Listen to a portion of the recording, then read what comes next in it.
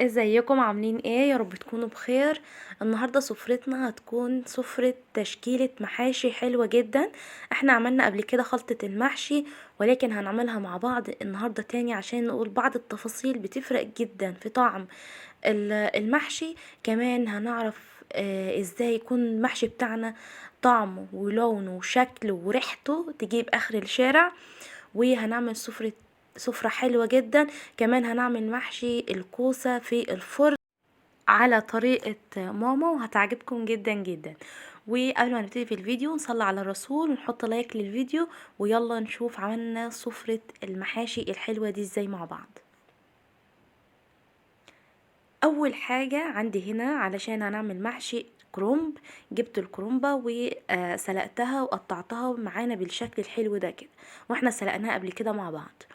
وعندي هنا الكوسة قورناها وغسلتها كويس جدا، وعشان تاخد الشكل الحلو ده هنبدأ ان احنا بالمقوار، واحنا بنقور الكوسة في الاخر نبدأ ان احنا نشرشرها بيها لحد لما تاخد الشكل الحلو ده. كمان عندي هنا كمية من ورق الخس، وعشان نوصل للورق ويكون معانا طري ما يكونش معانا ناشف ويكون معانا حلو، احنا عملنا فيديو مخصوص عن محشي الخاص، هسيبه لكم ان شاء الله في صندوق الوصف اللي حابب ان هو يرجع له. اول حاجة عشان نعمل خلطة محشي تكون حلوة جدا، كمان لونها حلو وطعمها حلو، اول حاجة اهم حاجة الطماطم بتاعتي تكون طماطم لونها احمر. بعد كده عشان تكون الطماطم معانا بالشكل ده جبتها وغسلتها كويس جدا، وبعد كده فرمتها كويس جدا في الخلاط، وبعد كده رفعتها على النار مع سكر وملح وسبتها لحد لما تتسبك من المية كويس جدا وما يكونش فيها اي مية تمام. بعد كده عندي خضرة ورز وتوابل وسمنة ومكعب من المرق وزبدة. ان شاء الله اسيب لكم المقادير في صندوق الوصف. اول حاجة جبت هنا حلة نزلت فيها بمعلقتين كبار من الزيت. طيب بنضيف زيت ليه؟ علشان حبيت الرز معايا في المحشي تكون مفلفلة وما تكونش معايا معجنة، وتكون مدية لحبة الرز لمعان في المحشية. السمنة اهم حاجة تكون السمنة بتاعتنا، لو سمنة بلدي هتفرق جدا في طعم وريحة المحشي، وعلى حسب المتوفر عندنا. وبعد كده ضفت السمنة ونزلت بحبتين من البصل مفرومين ناعم، وبعد كده نبدأ ان احنا نقلب البصلة دي كويس جدا لحد لما البصلة معايا تبدأ ان هي تاخد لون ذهبي وتكون معانا حلو.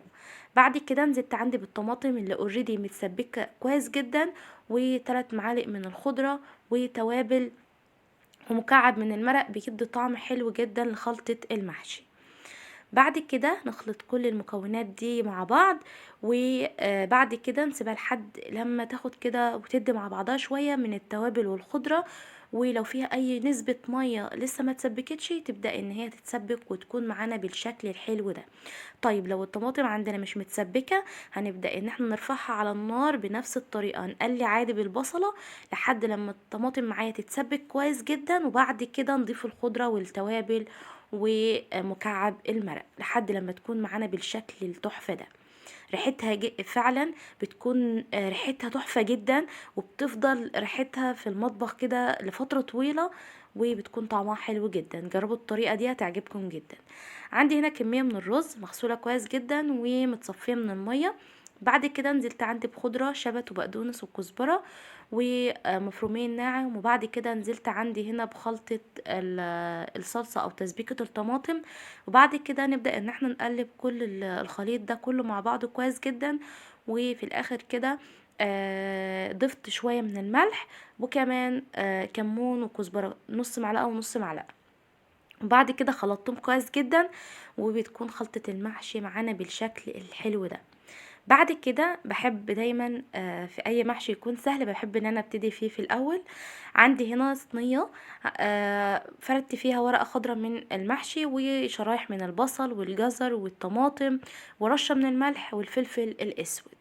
بعد كده خدت الكوسة، وبعد كده بنبدأ ان احنا نحشي الكوسة ونسيب مسافة نص عقلة، ما نضيفش فيها رز او نملاها رز للاخر عشان ما تبدأش ان هي تملى، وكمان تكون الرز يبقى خارج من الكوسة ويكون شكلها مش حلو.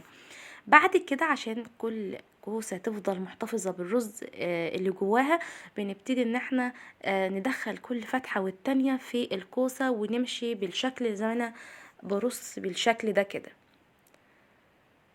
هفضل اكمل كل كمية الكوسة بنفس الطريقة ونسيب نص عقلة علشان لسه الرز ياخد براحه وهو بيستوي، وكمان بالتالي يكون معانا مستوي كويس جدا، ما يكونش معجن ويكون محصول. بعد كده همشي على نفس الترتيب ده في الكوسة عشان تكون شكلها حلو، وهكمل بنفس الطريقة. حلوة جدا النهاردة هنعملها بالفرن بطريقة سهلة جدا وبسيطة وطعمها حلو جدا. بعد كده خلصت هنا كل كمية الكوسة بالشكل الحلو ده. واهم حاجة نعمل على الكوسة بالمقوار لحد لما ياخد الشكل الحلو ده، بيكون شكله حلو جدا. بعد كده خلصنا الكوسة. بعد كده عندي هنا الكرنب، محشي الكرنب هنبتدي ان احنا نلفه. وبعد كده اهم حاجة ان المحشية معايا ما تكونش مليانة كمية رز كتير، وبالتالي تبدأ المحشي معايا تكون الرز يخرج على المحشية من بره ويكون شكلها مش حلو. كمان لما نضغط على المحشية ما نضغطش او نلفها قوي، علشان ما نبدأش ان احنا نضغط على الرز قوي، وبالتالي ما يشربش من المرقة او الشوربة وتكون معانا حباية الرز محصولة. بعد كده ده كله بيفرق جدا في تسوية المحشي. بعد كده لما نيجي نرص المحشي في الحلة ما بين كل محشية والتانية بيكون في مسافة بسيطة، علشان المرقة تبدأ ان هي تتغلغل كويس جدا، والمحشي معانا يستوي لاخر صباع في الحلة معانا. تمام. بعد كده هنعمل مع بعض كده واحدتين تلاتة كده ولا حاجة.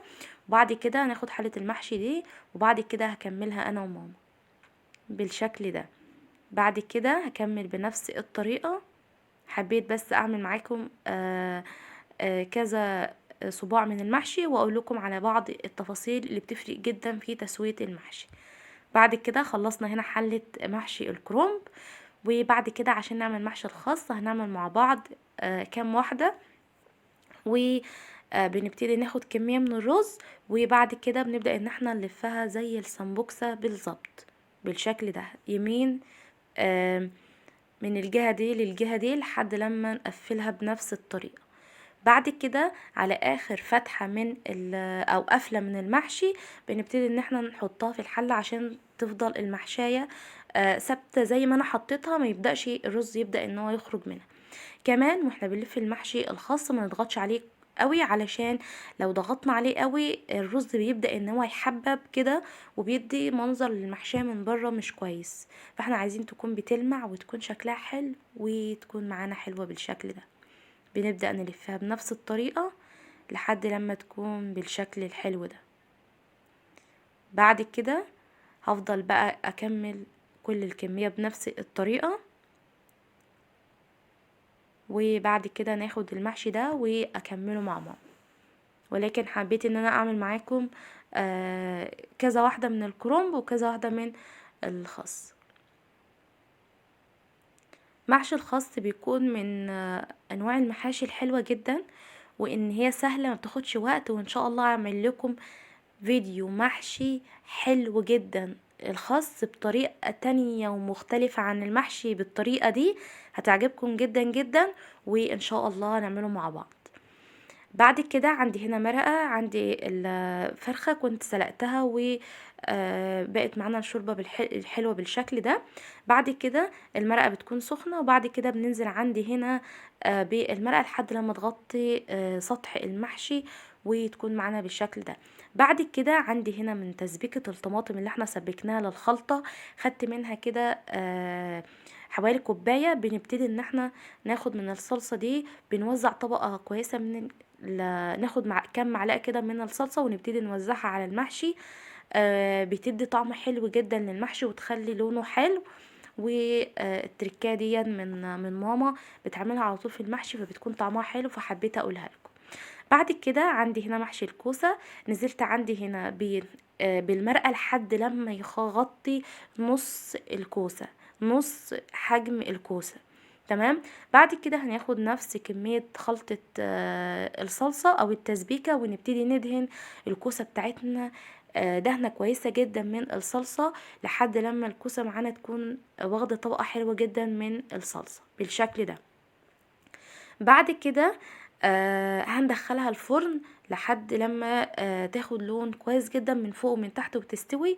وعندي هنا الفرخة كانت فرخة بلدي. وبعد كده دهنتها بنفس تسبيكة الطماطم. وبعد كده عندي هنا المحشي بيكون بالشكل الحلو ده كده، وطعمه حلو جدا.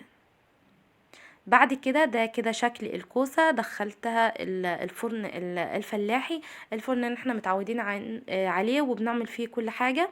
ودخلت الفرخة وخدت اللون الحلو ده، والكوسة طالعة تحفة جدا، ولا اخدت مرقة زيادة ولا اي حاجة، طالعة مفلفلة وطعمها تحفة جدا. جربوا الطريقة دي هتعجبكم جدا جدا. وعندي هنا الفرخة حلوة جدا جدا.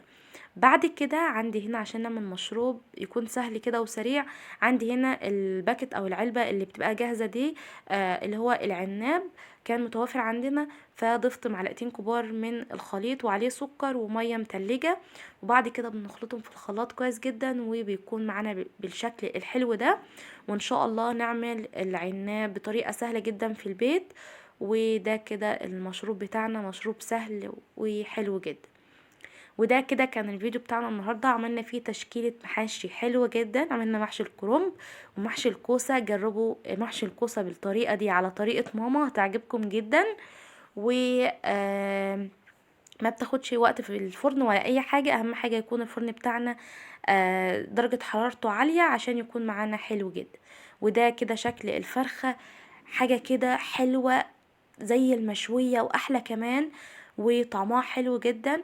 وعملنا لسان عصفور ومحشي الخس. وعندي هنا الكوسة مفلفلة ولون الخلطة معانا احمر وحلو جدا. وده كده كان الفيديو بتاعنا النهاردة. يا رب يكون عجبكم، ولو عجبكم ما تنسوش تعملوا لايك للفيديو وشير، وان شاء الله نتقابل في فيديو جديد وفكرة جديدة. كنت معاكم منار محمود، مع الف سلامة حبايب قلبي.